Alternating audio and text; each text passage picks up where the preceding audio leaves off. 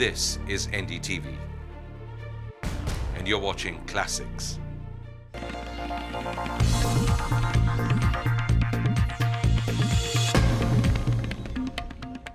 Hello and welcome to Walk the Talk. I am Shekhar Gupta, and if I asked you a question, who do you think is the politician who gets the most bad press in India? Chances are you will name my guest for this week. Mayawati ji, welcome to Walk the Talk. बहुत privilege है हमारी walk the talk पे। आप अंग्रेजी media में बहुत कम बात करती हैं। ऐसा नहीं है कि मुझे कोई अंग्रेजी से नफ़रत है, लेकिन मैं जिस समाज से बिलोंग करती हूँ, ख़ास तौर से सुल ट्राइब और जो बैकवर्ड क्लास कम्युनिटी है या रिलीजियस माइनॉरिटीज़ के लोग हैं जिनका पॉपुलेशन इस देश में 100 में से 85 के लगभग है, तो ये समाज ज़्यादातर देहातों में रहता है। आज भी 80% पॉपुलेशन देहातों में है, तो ये लोग ज़्यादातर हिंदी को समझते हैं। तो मैं ये चाहती हूँ कि जो भी मैं कुछ बोलूँ तो मेरी आवाज़ जो बहुजन समाज का जो देहात में रहने वाला तबका वहाँ तक पहुँच सके। लेकिन आप तो पढ़ रही थी, आप तो कलेक्टर बनने वाली थी, तो वहाँ इंग्लिश में काम करना होता था। मैं तो फिर मैं इस लाइन में नहीं सोचती ना।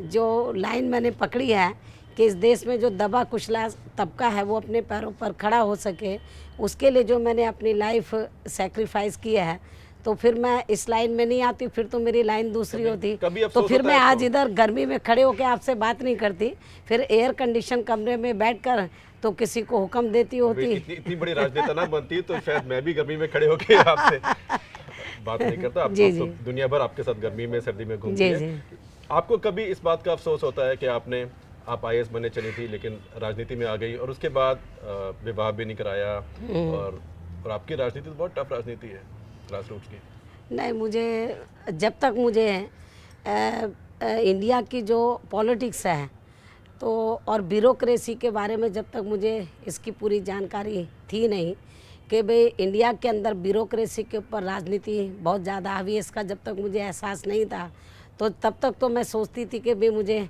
IAS ऑफिसर बनना चाहिए और IAS ऑफिसर बन के मुझे अपने समाज का भला करना चाहिए। लेकिन जब मुझे मालूम पड़ा कि इस देश की जो ब्यूरोक्रेसी है तो उसके ऊपर राजनीति बहुत ज़्यादा हावी है, और जब तक मैं राजनीति में कामयाब नहीं होती हूँ या मैं किसी लायक नहीं बनती हूँ तो मैं अपने लोगों का भला नहीं कर सकती। और इस बात का एहसास मैंने कब किया, जब मैं 1995 में, जब मैं 3 जून 1995 को आबादी के हिसाब से देश के सबसे बड़े प्रदेश उत्तर प्रदेश की मुख्यमंत्री बनी। और मुख्यमंत्री बनने के बाद बहुत छोटी उम्र में, और जब मैं मुख्यमंत्री बनी तो एक नहीं कई IAS ऑफिसर, कई IPS ऑफिसर जब मेरे पास आए और उन्होंने कहा कि मुख्यमंत्री जी आप हमें आदेश दीजिए कि आपकी जो प्राथमिकताएं हैं तो आप बताएं कि हम उसको किस तरीके से हम उसको आपकी प्राथमिकताओं को हम पूरा करा सकते हैं, आपके हम हुक्म का इंतज़ार कर रहे हैं। तो मेरे सामने एक नहीं जब कई IAS ऑफिसर तो अपनी वो नोटबुक लेकर खड़े हुए कि आप हमें आदेश दीजिए, तो मैंने जब उनको आदेश दिया कि हमारी सरकार की बहुजन समाज के इंटरेस्ट को ध्यान में रखकर ये प्राथमिकताएं हैं, तो आप इस और आप लोगों को ध्यान देना, तब मुझे एहसास हुआ कि ब्यूरोक्रेसी से बड़ा जो पॉलिटिशियन है, पॉलिटिशियन यदि चाहे तो ब्यूरोक्रेसी के जरिए बहुत कुछ अपने समाज का भला करा सकता है। IAS में गई होती तो वो 37-38 साल की उम्र में तब ना मैं मुख्यमंत्री बनी होती, कलेक्टर भी नहीं बनी होती। नहीं कलेक्टर, और फिर मैं अपने समाज का जितना मैंने भला किया है उत्तर प्रदेश में, मैं 3 बार मुख्यमंत्री बनी हूँ, तो जितना मैंने भला मुख्यमंत्री बनने के बाद, राजनीति में प्रवेश करने के बाद और एक बड़े ओहदे पे जाने के बाद किया है, उतना भला मैं कलेक्टर बनकर नहीं कर सकती थी। कि ब्यूरोक्रेसी के लिए आप कभी कुछ टेंशन रहती है आपकी ब्यूरोक्रेसी के साथ? एक बार मैंने भी आपका भाषण सुना बिजनौर में, और आपने कहा कि ब्यूरोक्रेसी मेरे नाम से थर थर कांपती है। तो थर नहीं, ब्यूरोक्रेसी के बारे में मेरी ऐसी सोच है। आपके वोटरों ने बहुत ताली बजाई। नहीं, ऐसा वोटर्स को इस बात का एहसास है कि जब तक मैं उत्तर प्रदेश की मुख्यमंत्री नहीं बनी थी और दूसरी पार्टियों की उत्तर प्रदेश में सरकारें रहीं, तो ब्यूरोक्रेट्स कभी फील्ड में नहीं जाते थे, उनकी बात नहीं सुनते थे, तो उनको न्याय बराबर नहीं मिलता था। लेकिन जब मैं उत्तर प्रदेश की मुख्यमंत्री बनी तो मैंने उत्तर प्रदेश के हर जिला कलेक्टर को, हर जिले के SP या SSP को तो मैंने राइटिंग में निर्देश दिए कि हर जिले के अंदर तो जो आईएएस जो डीएम और एसएसपी है सुबह 10 बजे से लेकर 12 बजे तक तो वो दफ्तर में बैठेगा और लोगों की समस्याओं को सुनेगा। तो मेरी समय में तो अधिकारी टाइम के बड़े पंक्चुअल थे और समय पर दफ्तर में बैठते थे, लोगों की समस्याओं को सुनते थे और काम करते थे। और ये थर-थर कांपने वाली नहीं, बात थर-थर कांपने का क्या है, नहीं इज्जत आपने नहीं। तो जो मैं उनको टाइम बाउंड प्रोग्राम देती थी कि भाई आपको इतने समय में इतना काम करना है, तो मैं केवल कहती नहीं थी, करके दिखाती थी। तो जब मैं आईएएस या आईपीएस ऑफिसर्स को टाइम बाउंड प्रोग्राम देती थी कि आपको 1 या 2 महीने में इतना टारगेट आपको दिया जाता है, ये पूरा करना है, तो उसके बाद में रिव्यू बैठक करती थी। उसके बाद में कमिश्नरी वाइज रिव्यू बैठक करती थी और रिव्यू में जिन अधिकारियों का परफॉर्मेंस अच्छा नहीं मुझे मिलता था तो उनके खिलाफ मैं कार्रवाई करती थी। तो इससे जनता बड़ी प्रभावित होती थी, बहुत खुश होती थी। ब्यूरोक्रेसी में बहुत नेगेटिव नहीं, ऐसा नहीं। जो नहीं, देखो, जो ब्यूरोक्रेसी है तो जो काम में विश्वास रखती है और जिनको इस बात का एहसास है कि हमारी जिम्मेवारी क्या है, क्योंकि जो लोग आईएएस या आईपीएस में आए तो वो उनको ये मालूम है हम किस मकसद से आए हैं, हमें जनता की सेवा करनी है। तो जो इस मकसद को समझते हैं उन्होंने कभी रियलाइज नहीं किया। लेकिन जो लोग कामचोर अधिकारी हैं, जो जिम्मेवारी को बराबर नहीं समझते, उनको जरूर रियलाइज करते हैं। जितने तबादले हुए कि लगेगा कि 3/4 अधिकारी कामचोरी है और थोड़ी विरासत तो आपकी भी रही काशीराम जी की। नहीं, ऐसा नहीं। मान्यवर काशीराम जी को कहाँ राजनीति विरासत में मिली है, उन्होंने भी नहीं, वो जब मैं आई हूँ तो मेरे आने पर ही पार्टी बनी है, उससे पहले थोड़ी ना पार्टी। 14 अप्रैल 1984 को बहुजन समाज पार्टी का नाम रखा। तो मान्यवर काशीराम जी को मैं अपना गुरु मानती हूँ। वो मेरे से उम्र में बड़े हैं, मेरे से पहले पॉलिटिक्स में आए, इस मूवमेंट से जुड़े हैं। तो लेकिन उनका मेरे ऊपर आशीर्वाद रहा है और जब तक, और मैं भी उनके साथ में जी जान से लगी रही। यदि मैं मेहनत नहीं करती, उनको भी राजनीति विरासत में नहीं मिली, मुझे भी नहीं मिली। चाहे मान्यवर काशीराम जी का सवाल मेरा सवाल है, चाहे हमने जो भी कुछ किया है मेहनत के बलबूते पर किया। इतनी कंट्रोवर्सी क्यों हुई उनकी बीमारी के बारे में? नहीं, अभी वो क्या है कि उनके जो परिवार के लोग हैं तो वो बेचारे सीधे साधे हैं, तो जो विरोधी पार्टियां हैं तो वो उनके सीधे साधे होने का वो फ़ायदा उठाती हैं। वो ही नहीं, कोई और भी हो, तो उन्होंने उनको थोड़ा लालच दे करके भाई आप किस तरीके से मान्यवर काशीराम जी को ले आओ, हम आपको बढ़ावा दे देंगे। उनको लोग तो ये कहते हैं उनको कुछ पैसे का भी लालच दिया गया, कुछ राजनीति में हम आपको कुछ बढ़ावा दे देंगे, ऐसा करके उनको इस्तेमाल किया गया।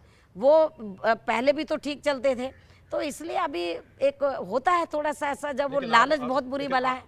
अब उनके हाथों में, विरोधियों के हाथों में खेल गए तो उन्होंने थोड़ा विरोध किया। तो मैं समझती हूँ कि जो पूरे इंडिया में जो बहुजन समाज है तो जब उन्होंने विरोध किया, मान्यवर काशीराम जी के यहाँ पे रुकने को लेकर मेरा विरोध किया, कोर्ट कचहरी में गए, तो खुशी की बात यह है कि पूरा देश का बहुजन समाज एक भी उनके साथ खड़ा नहीं हो, सारा का सारा मेरे साथ रहा। तो इसलिए मुझे पूरी खुशी है कि जो कुछ उन्होंने स्टेप उठाया तो बहुजन समाज ने उसको रिजेक्ट किया। लेकिन आप उनका ऐसे ध्यान रख रही हैं जैसे परिवार रखता उनका? मान्यवर काशीराम जी का मैं समझती हूँ कि उनके परिवार से ज़्यादा ध्यान रख रही हूँ। मान्यवर काशीराम जी का जो भी उनको आके देखता है, जिस तरीके से हम उनका पूरा ध्यान रखते हैं, उनको हर प्रकार की फैसिलिटीज उपलब्ध करा रहे, सब कहते हैं कि एक बेटा भी ऐसे बाप का ध्यान नहीं रख सकता था। तो आपको इसके बारे में कुछ छुपाने की जरूरत नहीं? नहीं, मैं नो, बिल्कुल कुछ भी नहीं। जो भी अभी एम्स वाले आए, माननीय सुप्रीम कोर्ट ने एम्स वालों को डायरेक्शन दिया कि आप जाकर देखो। इनके घर वाले ये बोलते हैं कि बराबर इलाज नहीं हो रहा है। एम्स की 7 डॉक्टरों की जो स्पेशलिस्ट है कई बीमारियों में, उनकी टीम आई, उन्होंने कई घंटे मान्यवर काशीराम जी को एग्जामिन किया और पूरी दवाइयों को देखा कि जो उनकी दवाई चल रही है बराबर। लेकिन उन्होंने मान्यवर काशीराम जी के बारे में रिपोर्ट माननीय सुप्रीम कोर्ट में दाखिल की कि जो दवा चल रही है वो कंटिन्यू रहनी चाहिए, इलाज बहुत बढ़िया चल रहा है, इनको हॉस्पिटल में एडमिट कराने की जरूरत नहीं है। तो जब एम्स वालों ने हमको वो क्लियर सर्टिफिकेट दे दिया कि उनका बढ़िया इलाज चल रहा है और उनको हॉस्पिटल में एडमिट कराने की जरूरत नहीं, तो हमें क्या चाहिए? लेकिन ये कहा जाता है कि आप छुपा के रखती हैं। मैं छुपा के मैं क्या रखूंगी? किसी को मिलने नहीं देती मैं क्या छिपा के? ये मेरा रेजिडेंस है हॉस्पिटल के लिए। हॉस्पिटल में हमने किसी को मना नहीं किया। हॉस्पिटल में मैं आम दरबार लगाती हूँ, मुझे क्या मालूम है कि कौन आदमी किस शरारत के तहत इधर आ गया। मेरे को Z+ की सिक्योरिटी मिली है। हो सकता है विरोधी पार्टी के लोग शरारत के तहत किसी एंटी सोशल एलिमेंट को इधर भेज दें, और मेरे घर में आके कोई ऐसी चीज रख दे कि जिससे मेरा घर ही उड़ जाए और मैं भी उड़ जाऊं, मान्यवर कांशीराम जी भी उड़ जाए। खास करके रिस्पांसिबल मीडिया है, हाँ। तो उनको देखने देती हैं आप? नहीं तो मीडिया, हम कौन बोलता, मीडिया तो बाकायदा देखने के लिए हॉस्पिटल में जब भी आए हमने कभी नहीं मना किया। मान्यवर कांशी कंट्रोवर्सी तब से हुई। नहीं नहीं ऐसा नहीं, हॉस्पिटल से कंट्रोवर्सी हो गई थी, आप गलत बोल रहे हैं। नहीं नहीं नहीं, हॉस्पिटल से ही, हॉस्पिटल के बाहर तो उन्होंने मान्यवर कांशीराम जी के बत्रा हॉस्पिटल में रहते हुए उन्होंने काफ़ी दिन तक धरना प्रदर्शन किया। हॉस्पिटल में रहते हुए वो लोग कोर्ट कचहरी में गए। हॉस्पिटल में जब मान्यवर कांशीराम थे, हमने मीडिया को उनके सामने लाए और मीडिया के सामने मान्यवर कांशीराम जी ने कहा, जिसमें कई चैनल के लोग थे, सुन लो, उन्होंने कहा कि मेरे घर वाले जो कुछ कर रहे हैं वो गलत कर रहे हैं, वो स्वार्थी किस्म के लोग हैं, मायावती जो कर रही है वो ठीक कर रही है, मैं उनकी सेवा से सहमत हूँ। ये उन्होंने मीडिया को अपनी आवाज में बोला। उन्होंने अभी भी वो आपके पास रह के ज्यादा बिल्कुल बहुत खुश हैं वो, परिवार बिल्कुल।